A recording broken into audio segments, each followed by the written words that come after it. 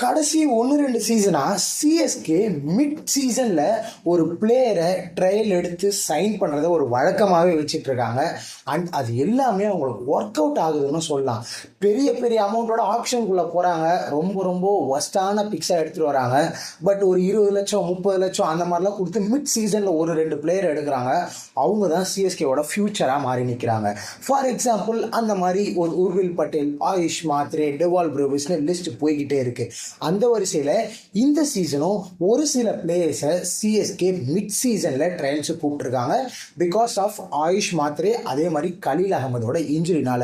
Already Ayush மாத்ரேக்கு பதிலாக ஆகாஷ் மதுவால் வாங்கிட்டாங்க அப்படின்ற மாதிரி நிறைய ஸ்பெகுலேஷன்ஸ் போயிட்டு இருக்கு.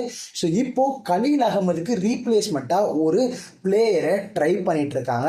அண்ட் நிறைய பிளேயர்ஸை பார்த்தீங்கன்னா ட்ரையல்ஸ்க்கும் கூப்பிட்டுருக்காங்க. லைக் ஒரு சன்னி சந்து, சல்மான் நிசார், ராஜ்வர்தன் ஹங்கர் கேக்கர், மெக்னில் நொரோனா, அந்த மாதிரிலாம் பிளேயர்ஸை கூப்பிட்டுருந்தாலும் ஃபைனலாக ஒரு பிளேயர், அதாவது மகாராஷ்டிராவை சேர்ந்த ஆயுஷ் வர்த்தக், ஆயுஷ் 2.0 இந்த ஒரு பிளேயர் தான் மேக்ஸிமம் சிஎஸ்கே சைன் பண்ண போகிறாங்க அப்படின்ற மாதிரி நிறைய ஸ்பெகுலேஷன்ஸ் வந்துட்டு இருக்கு.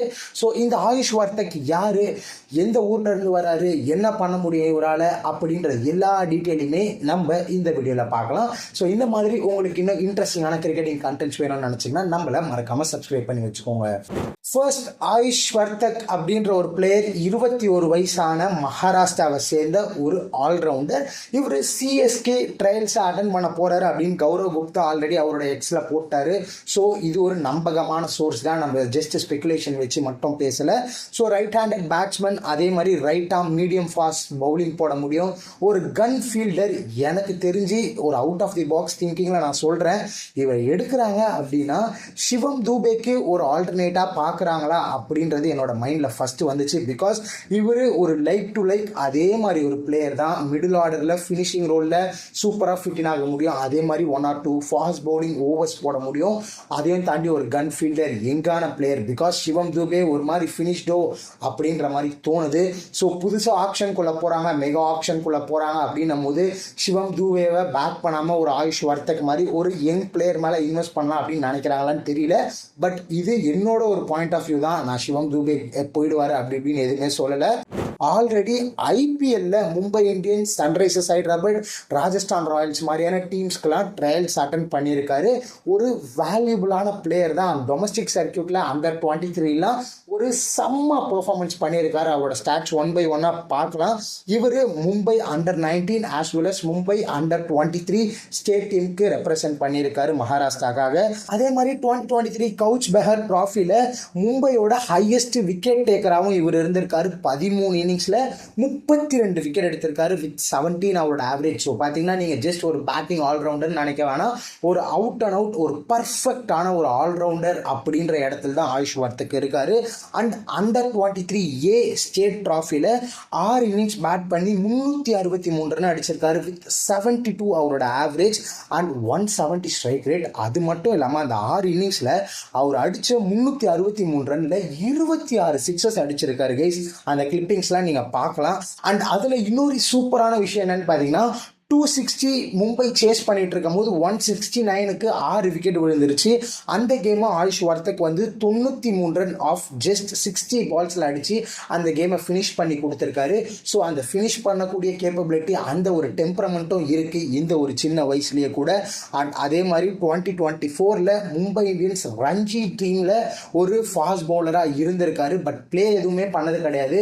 பட் டீமோட சேர்ந்து ட்ராவல் பண்ணியிருக்காரு 2024ல் மும்பை ரஞ்சி ட்ராஃபி டீமில்.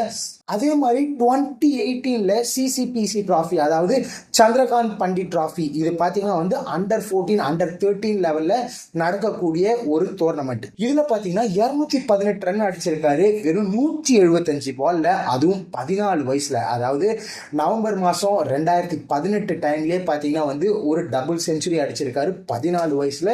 ஸோ இதில் இருந்தே தெரியுது ஒரு லாங் ஃபார்மேட் மேட்ச் எடுத்துகிட்டு போகக்கூடிய கேப்பபிலிட்டி இருக்குது அப்படின்ட்டு. அதே மாதிரி சிகே நாயுடு ட்ராஃபி 2024 சீசனில் பார்த்தீங்கன்னா 14 இன்னிங்ஸில் 770 ரன் வித் 64 அவரோட ஆவரேஜ் அண்ட் 3 செஞ்சுரி அடிச்சிருக்காரு. ஓகே, பழைய ஸ்டாட்ஸ்லாம் சொல்லிட்டீங்க, ரீசெண்டாக ஏதாவது பண்ணியிருக்காரா ப்ரோ அப்படின்னு கேட்டிங்கன்னா அதுவுமே இருக்குது. நவி மும்பை T20 சீரீஸ் இப்போ தான் ஏப்ரல் மாதம் முடிஞ்சது, ஐபிஎலுக்கு முன்னாடி தான் முடிஞ்சது. அதுலேயுமே வேற லெவல் பர்ஃபார்மன்ஸ் பண்ணியிருக்காரு நவி மும்பையில்.